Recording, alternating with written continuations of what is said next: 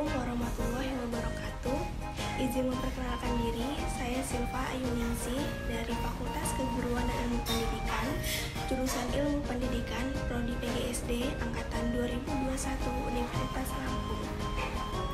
Di sini saya akan mereview materi tentang salam, sifat, dan tingkatan dalam gerakan pramuka. Salam pramuka.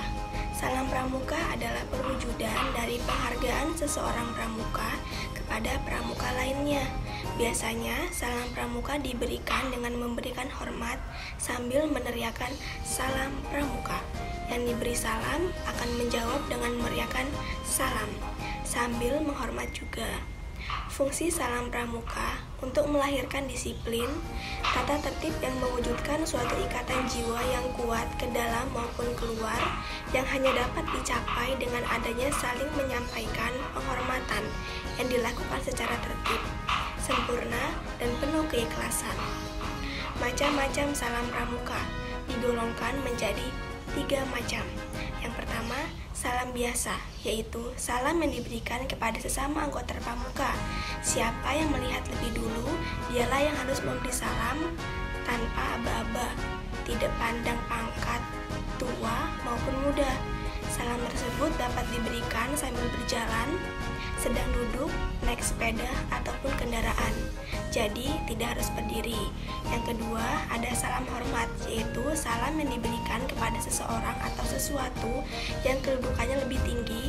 Untuk salam hormat diberikan kepada yang pertama, bendera kebangsaan ketika dikibarkan atau diturunkan dalam suatu upacara.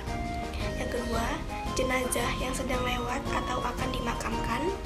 Yang ketiga, kepala negara atau wakilnya, panglima tinggi, para duta besar, para menteri, dan pejabat lainnya.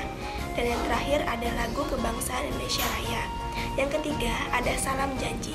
Cara memberikan salam pramuka yaitu salam yang dilakukan ketika ada anggota pramuka yang sedang dilantik.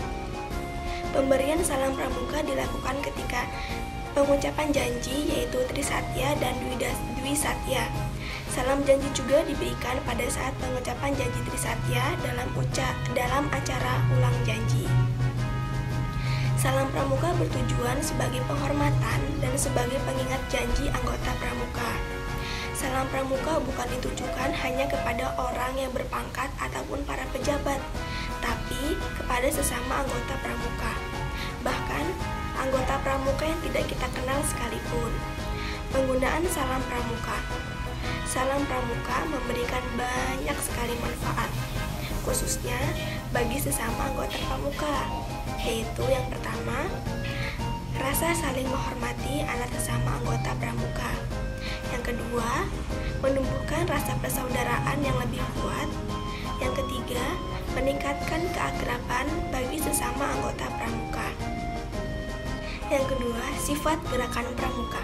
Berdasarkan resolusi Konferensi Kepanduan Sedunia tahun 1924 di Copenhagen, Denmark, maka kepanduan mempunyai 3 sifat atau ciri khas, yaitu yang pertama, nasional, yang berarti suatu organisasi yang menyelenggarakan kepanduan di suatu negara haruslah menyesuaikan pendidikannya itu dengan keadaan, kebutuhan, dan kepentingan masyarakat, bangsa, dan negaranya.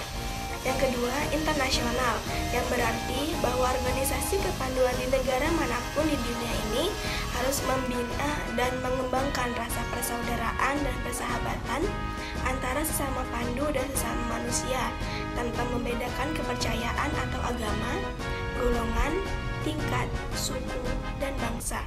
Yang ketiga, universal, yang berarti bahwa kepanduan dapat dipergunakan di mana saja untuk mendidik anak-anak dari bangsa apa saja, yang dalam pelaksanaan pendidikannya selalu menggunakan prinsip dasar dan metode kepanduan.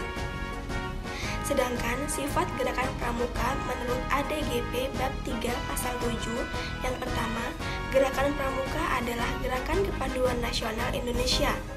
Yang kedua, gerakan pramuka adalah organisasi pendidikan yang keanggotaannya bersifat sukarela, tidak membedakan suku, ras, golongan, dan agama. Yang ketiga, gerakan pramuka bukan organisasi kekuatan sosial politik dan tidak menjalankan kegiatan politik praktis. Yang keempat, gerakan Sang pramuka ikut serta membantu masyarakat dengan melaksanakan pendidikan bagi kaum muda, khususnya pendidikan non-formal di luar sekolah dan di luar keluarga. Dan yang terakhir, gerakan pramuka menjamin kemerdekaan tiap-tiap anggotanya untuk memeluk agama dan kepercayaannya masing-masing, serta beribadah menurut agama dan kepercayaannya masing-masing. Yang ketiga, tingkatan dalam gerakan pramuka. Tingkatan dalam kepramukaan adalah sebuah tingkatan yang ditentukan oleh kemampuan anggotanya. Kemampuan itu disebut dengan syarat-syarat kecakapan umum atau SKU, yaitu yang pertama ada siaga, merupakan anggota muda gerakan pramuka yang berusia 7-10 tahun. Pada usia tersebut memiliki sifat yang unik dan pada dasarnya mereka merupakan pribadi yang begitu aktif.